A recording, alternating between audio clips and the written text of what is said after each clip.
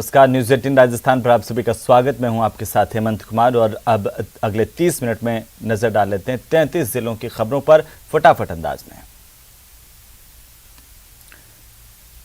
जयपुर में ज्वेलरी खरीदने के बहाने ज्वेलरी चुराने का मामला सामने आया। यहां पर एक महिला समेत 2 बदमाशों ने दुकानदार को बातों में उलझाए रखा और फिर नजर बचा करके 1 किलो से ज्यादा चांदी के आभूषण और 1 ग्राम सोने के आभूषण चुरा लिए। तीनों बदमाशों के जाने के बाद ज्वेलरी गायब देखकर एक दुकानदार हीरालाल ने जब सीसीटीवी फुटेज खंगाले तो चोरी का पता चला। जयपुर के नाहरगढ़ बायोलॉजिकल पार्क से एक गुड न्यूज सामने आई है। यहां पर छत्तीसगढ़ के बिलासपुर जू से लाए गए दुर्ली चौसिंगा हिरणों में से एक मादा ने 2 बच्चों को जन्म दिया है। दरअसल राजस्थान में हिरण की प्रजाति लुप्त होने के कगार पर है और ऐसे में इसकी कैप्टिव ब्रीडिंग कर फिर से जंगलों में आबाद करने के लिए नाहरगढ़ बायोलॉजिकल पार्क में इसके प्रजनन के प्रयास किए जा रहे थे, जिसमें पहली सफलता हासिल हुई है और एक मादा ने 2 बच्चों को जन्म दिया है। विभाग के अथक प्रयासों के बाद गत वर्ष चौसिंगा के 2 जोड़े नंदनवन का पार्क नवापुर छत्तीसगढ़ से लाए गए थे। प्रदेश में पहली बार नाहरगढ़ जैविक उद्यान में लाए गए 2 जोड़े चौसिंगा में से एक मादा ने कल दिनांक 27/9/2022 को 2 बच्चों को एक साथ जन्म दिया है, जो प्रदेश के इतिहास में पहली बार है। तो वहीं मुख्यमंत्री के सलाहकार और निर्दलीय विधायक संयम लोढ़ा का कहना है कि सीएम अशोक गहलोत राष्ट्रीय अध्यक्ष का चुनाव लड़ना चाहिए। उन्होंने कहा कि मैंने सीएम से मुलाकात करके उन्हें राष्ट्रीय अध्यक्ष का चुनाव लड़ने के लिए निवेदन किया है। मेरे हिसाब से उन्हें चुनाव के लिए नामांकन फाइल करना चाहिए। उधर जयपुर में आज एसीबी की टीम ने बड़ी कार्रवाई करते हुए ज्योतिनगर थाने के हेड कांस्टेबल राजवीर सिंह को 5,000 रुपये की रिश्वत लेते रंगे हाथों गिरफ्तार किया।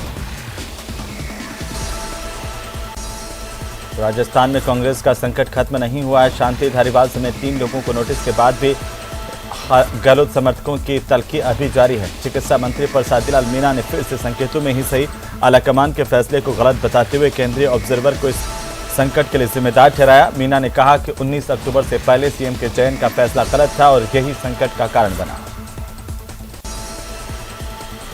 नवरात्रि के मौके पर मंदिरों में भारी भीड़ है। मेहंदीपुर बालाजी मंदिर में रोजाना बड़ी संख्या में श्रद्धालु पहुंच रहे हैं। दिल्ली से आए जी हम। व्यवस्था ठीक है, थोड़ी छाया हो जाए और बढ़िया है। ऐसा तो ठीक है जी, पर लेकिन छाया की कमी है यहाँ पर। थोड़ा छाया होती तो और भी यहाँ पब्लिक जो आ रही है बालाजी महाराज के दर्शन करने के लिए तो परेशानी होती। राजधानी दिल्ली से मैं आया हूँ, बदरपुर एरिया से। यहाँ पे व्यवस्था सब कुछ ठीक है, लेकिन प्रशासन व्यवस्था गड़बड़ है, क्योंकि पब्लिक यहाँ आके लाइन में लगती है, इतनी परेशान होती है, कुछ कह नहीं सकते आप। उधर दौसा जिले के बांदीकुई उपखंड के अनंतवाड़ा गांव में एक कच्चे बोरवेल में ऊंट गिर गया, जिससे सूचना के बाद तत्काल प्रभाव से ग्रामीणों ने मिलकर के रस्से से बांधकर निकाल दिया। दौसा जिले के बसवा थाना इलाके के कोलाना बस स्टैंड पर बीती रात को एक टायर ट्यूब की दुकान में चोरी की वारदात हुई है और चोर ने पीछे वाला गेट तोड़ा। दुकान में रखे करीब 1 लाख रुपए की टायर ट्यूब लेकर फरार हो गया। 2 दिवसीय आभानेरी फेस्टिवल में काफी संख्या में देशी और विदेशी सैलानी पहुंच रहे हैं और बीती रात आभानेरी में गुजरात से और के साथ साथ विभिन्न राज्यों से आए लोक कलाकारों ने एक से बढ़कर एक लोक रंग की प्रस्तुतियां दी और वहां पर मौजूद लोगों के साथ साथ देशी और विदेशी सैलानियों का भी खूब मनोरंजन किया।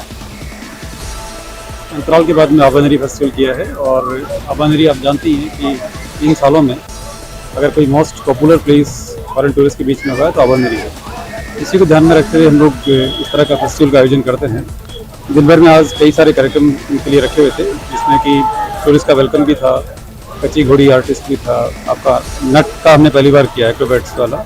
बहुत अच्छा फेस्टिवल था और गुजराती फॉक आर्टिस्ट का जो प्रेजेंटेशन था वो बहुत ही आउटस्टैंडिंग था।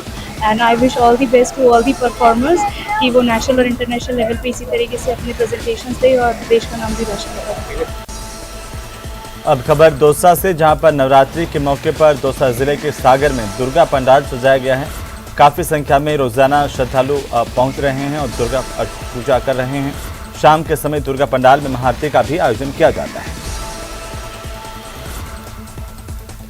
जोधपुर से आए all India anti terrorist front के चेयरमैन मनिंदर सिंह ने पीएफआई पर लगाई गई पाबंदी की प्रशंसा की है।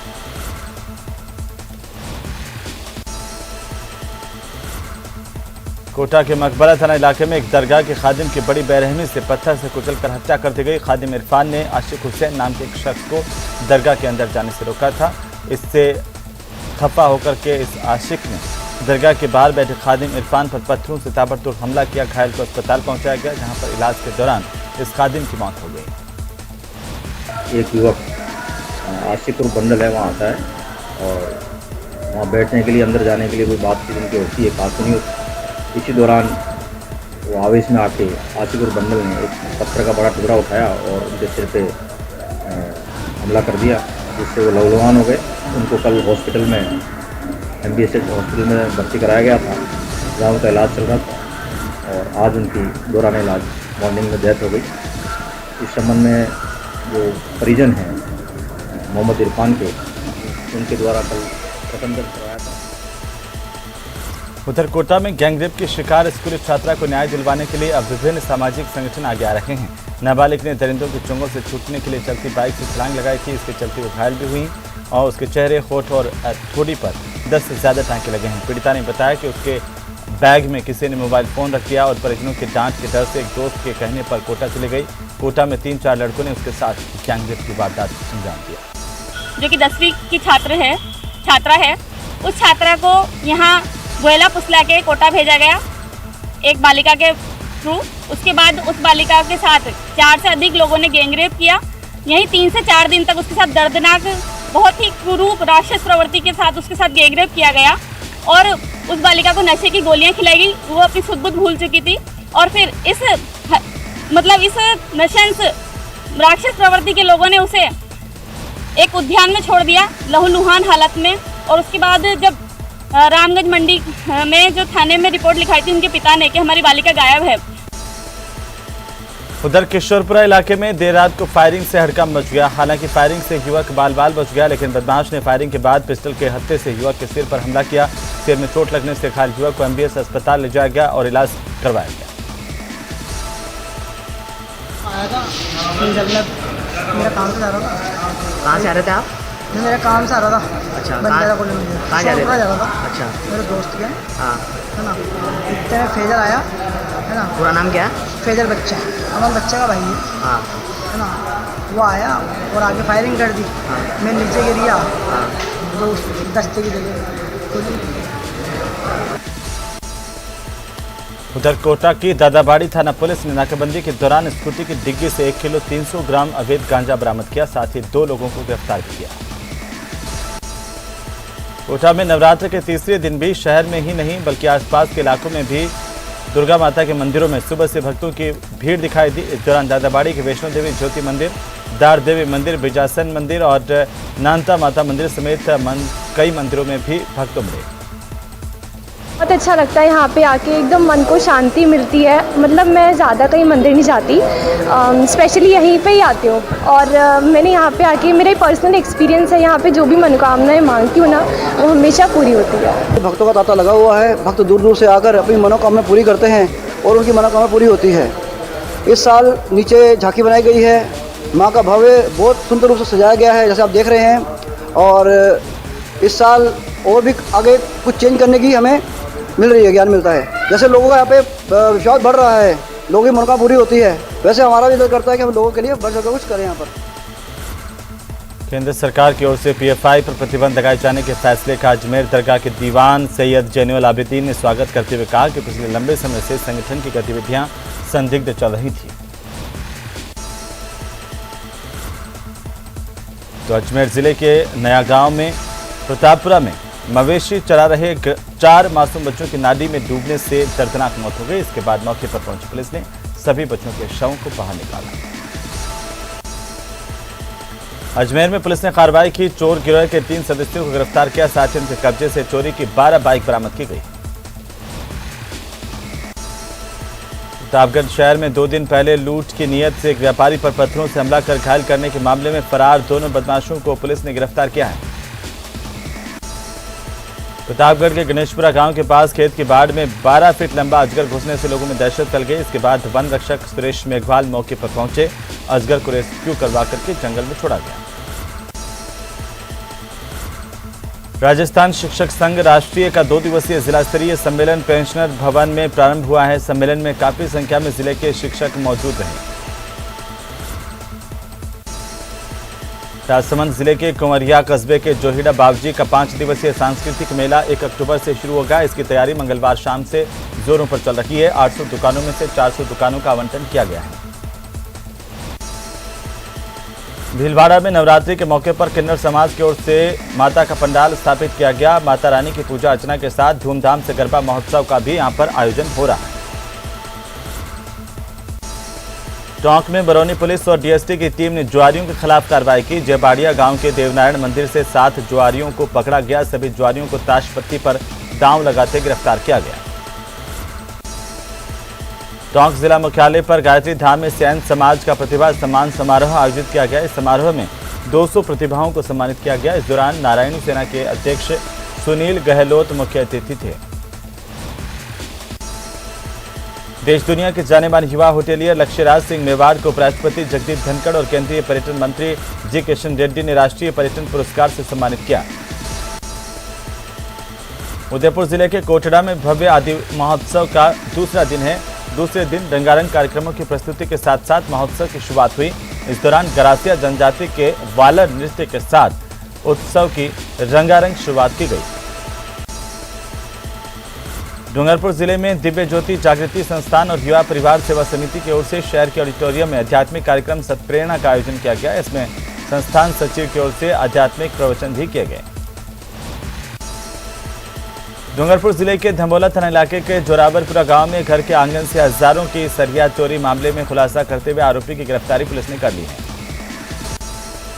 डूंगरपुर जिले के सरकारी कॉलेजों में पढ़ने वाले विद्यार्थियों ने छात्रवृत्ति भुगतान की मांग को लेकर जिला कलेक्ट्रेट पर जोरदार प्रदर्शन किया। मुख्यमंत्री के नाम जिला कलेक्टर को ज्ञापन दिया गया। बदलते जमाने के साथ अब डाकघर भी हाईटेक होने लगे हैं। डाकघरों में खुले पैसे की परेशानी का सामना अब नहीं करना पड़ेगा। यहां पर एक QR कोड लगाए जा रहे हैं, जहां पर इन कोड को स्कैन कर ऑनलाइन भुगतान किया जा सकेगा। यानी अब registry, parcel, speed post, register packet आदि के लिए डाकघर के काउंटर पर नकद भुगतान की जरूरत नहीं होगी और इससे आज़ादी मिल जाएगी। झुंझुनू जिले में फिलहाल 2 प्रधान डाकघर समेत सभी 62 उप डाकघरों में ये व्यवस्था लागू हो गई है। बाकी जो डिजिटल पेमेंट स्वीकार करने की जो सुविधा है ये जिले के 64 डाकघरों में उपलब्ध है, जिसमें 2 प्रधान डाकघर हैं और 62 उप डाकघर हैं। तो वहाँ पे ये डिजिटल लेन देन करके आप पेमेंट कर सकते हैं। इससे सर ग्राहकों को फायदा ये होगा, बहुत अच्छा लाभ मिल रहा है। पैसे के लेन देन में खुलने की समस्या का समाधान हो गया और ऑनलाइन सारा काम हो गया और मतलब हर आदमी को जेब में पैसा नहीं होता तो बहुत दिक्कत आती है।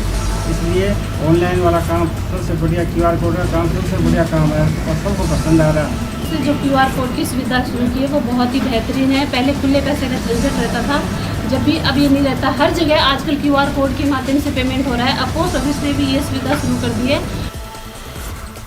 झुंझुनू शहर के कोतवाली थाना इलाके के गुढ़ा मोड़ निवासी एक युवक ने फांसी का फंदा लगाकर आत्महत्या कर ली। परिजनों की सूचना के बाद कोतवाली पुलिस मौके पर पहुंची, शव को फंदे से उतरवाकर अस्पताल की मोर्चरी में रखवाया। बांसवाड़ा जिले की पुलिस टीम जुआ सट्टेबाजी पर पूरी तरह से रोक लगाने के लिए अभियान चला रही है। इसके तहत जिले के गढ़ी थाना इलाके में जुआ और चोरी करने वाले 8 सदस्यों को गिरफ्तार किया गया। पीबीएम अस्पताल में एक बार फिर सांप निकलने से अस्पताल में हड़कंप मच गया। अस्पताल के वार्ड में सांप की सूचना मिलने पर मौजूद स्टाफ और मरीज रूम से बाहर आ गए। सांप को पकड़ने के लिए स्नैक कैचर को भी बुलाया गया। कुछ देर की मशक्कत के बाद स्नैक कैचर इकबाल ने सांप को पकड़ा। पाली शहर के लोग इन दिनों फैक्ट्रियों की चिमनियों से निकलने वाले प्रदूषण से काफी परेशान हैं और इसे लेकर शिकायत भी कर चुके हैं, लेकिन कोई एक्शन नहीं लिया जा रहा। अलवर जिले के उद्योगनगर थाना पुलिस ने सोशल मीडिया पर गाड़ियों की फर्जी फोटो डालकर लोगों को जाल में फंसाकर धोखाधड़ी कर ऑनलाइन ठगी करने वाले आरोपी इरफान खान को गिरफ्तार किया गया है। पुलिस ने इसके कब्जे से कुछ नकदी और मोबाइल भी बरामद किए हैं। अलवर शहर MIA थाना अंतर्गत एक व्यक्ति की संदिग्ध परिस्थिति में मौत हो गई। पुलिस ने मृतक का पोस्टमार्टम करवाकर शव परिजनों को सुपुर्द किया। अलवर में अनीबी थाना इलाके में सोना विहार में देर रात को चोरों ने घर पर निशाना बनाया और बंद मकान से 4 लाख रुपए की नकदी, सोने चांदी के गहने और अन्य सामान लेकर फरार हो गए। चूरू के सादुलपुर शहर के नंद प्लाजा के सामने सुबह जलदाय विभाग के वितरण वाली पाइपलाइन टूट गई, जिससे हजारों लीटर पानी व्यर्थ बह गया। चूरू की सादुलपुर पुलिस ने मादक पदार्थों के खिलाफ चलाए जा रहे अभियान के तहत 74 किलो अवैध डोडा पोस्ट के साथ 2 लोगों को गिरफ्तार किया। एक बोलेरो गाड़ी भी जब्त की गई। इसकी बाजार में कीमत उसकी करीब 2,20,000 रुपये तक बताई जा रही है। भरतपुर में सर्किट हाउस में कैबिनेट मंत्री विश्वेंद्र सिंह ने जनसुनवाई की, लोगों की समस्याओं को सुना और मौके पर ही इन समस्याओं के समाधान के निर्देश दिए गए। प्रदेश में चल रहे सियासी घटनाक्रम को लेकर कैबिनेट मंत्री विश्वेंद्र सिंह ने बड़ा बयान दिया। उन्होंने कहा कि अशोक गहलोत तीसरी बार मुख्यमंत्री हैं।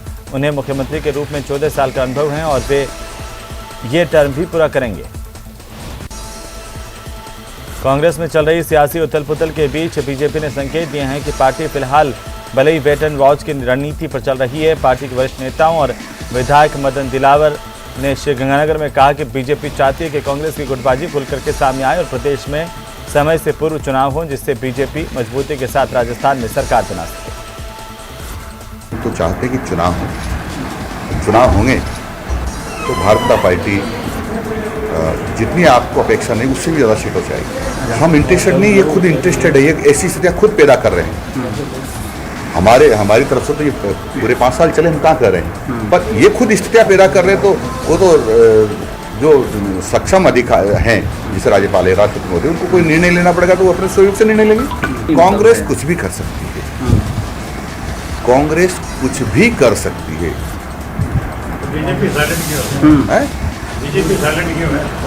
हम कोई साइलेंट नहीं है, हम वेट एंड वॉच की नीति अपना। सीमा सुरक्षा बल के जवानों ने मंगलवार को श्रीगंगानगर में पाकिस्तानी घुसपैठियों को पकड़ा। स्थानीय पुलिस को सुपुर्द किया गया है। इसकी पहचान पाकिस्तान निवासी मोहम्मद वक्कास के तौर पर की गई। 18 साल का है। बीएसएफ ने इस घुसपैठी को पुलिस के हवाले कर दिया। जांच जारी है। सीकर सांसद स्वामी सुमेधानंद सरस्वती ने पीएफआई पर प्रतिबंध लगाने के केंद्र सरकार के फैसले का स्वागत करते हुए अपनी प्रतिक्रिया दी है। सांसद सुमेधानंद सरस्वती ने कहा कि केंद्रीय गृह मंत्रालय का ये कदम सराहनीय है और देश को तोड़ने वाली ताकतों के खिलाफ इस तरह के कदम की दरकार होती है। सीकर में एक युवती के अश्लील वीडियो बनाकर सोशल मीडिया पर डालकर ब्लैकमेल करने का मामला सामने आया। युवती के अश्लील वीडियो उसके मंगेतर ने बनाए। सगाई टूटने के बाद युवक ने ही ब्लैकमेल करने के लिए वीडियो सोशल मीडिया पर डाले। उद्योगनगर थाना पुलिस ने अब इस युवक और उसके सगे भाई को गिरफ्तार किया है। दोनों से पूछताछ जारी है। उनके मोबाइल से युवती के कई अन्य वीडियो मिले हैं। उद्योगनगर थानाधिकारी श्रीनिवास जांगिड़ ने बताया कि गिरफ्तार आरोपी मनोज शर्मा है और उसका छोटा भाई दोनों लक्ष्मणगढ़ के रहने वाले हैं, जिन्होंने इस करतूत को अंजाम दिया है। सीकर शहर की रामलीला बेहद खास है। इस रामलीला में प्रोफेसर कलाकार नहीं होता, बल्कि सीकर शहर के 150 कलाकारों की एक टीम है जो केवल इस रामलीला में ही अभिनय करने के लिए पहुंचती है। सीकर में राजेंद्र राठौड़ मेहरिया परिवार के शोरूम के उद्घाटन पर पहुंचे थे। इस दौरान उन्होंने राज्य के मौजूदा हालात को लेकर टिप्पणी की। कहा, मुझे लगता है कि कांग्रेस जूते में दाल बांध रही है। सीकर के फतेहपुर में सांप्रदायिक सौहार्द की बड़ी मिसाल देखने को मिली। यहां पर भागवत कथा से पहले कलश यात्रा निकाली गई, जिसमें मुस्लिम महिलाओं ने पुष्प वर्षा की। आबू रोड के अंबाजी मंदिर में 30 सितंबर को पीएम मोदी के दौरे को लेकर बीजेपी प्रदेश अध्यक्ष सतीश पूनिया आबू रोड के दौरे पर रहे।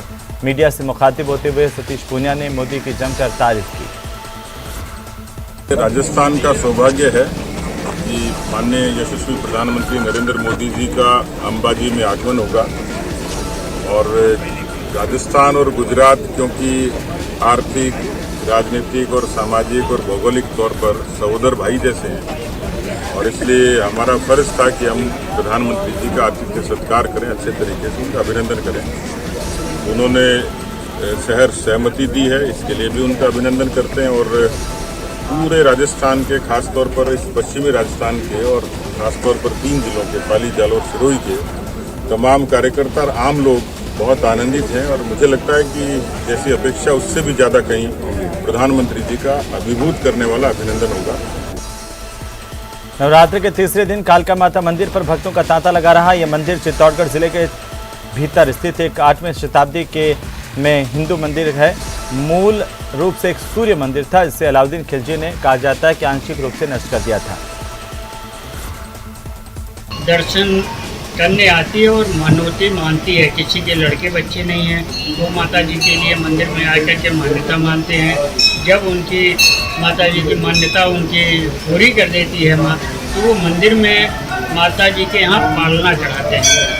जिसके लड़के बच्चे हो जाते हैं तो पालना चढ़ाते हैं मंदिर में, और जो भी प्रसादी वगैरह बोलते हैं उसका भी भोग माता जी को लगाते हैं। और इस शक्तिपीठ में जो भी भक्त आते हैं उसकी हर मनोकामना पूर्ण होती है, क्योंकि नवरात्रि में विशेष दिन होते हैं।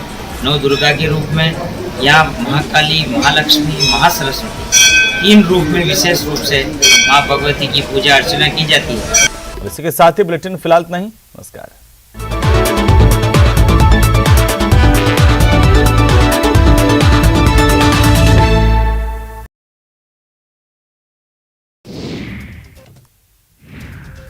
भारत को नया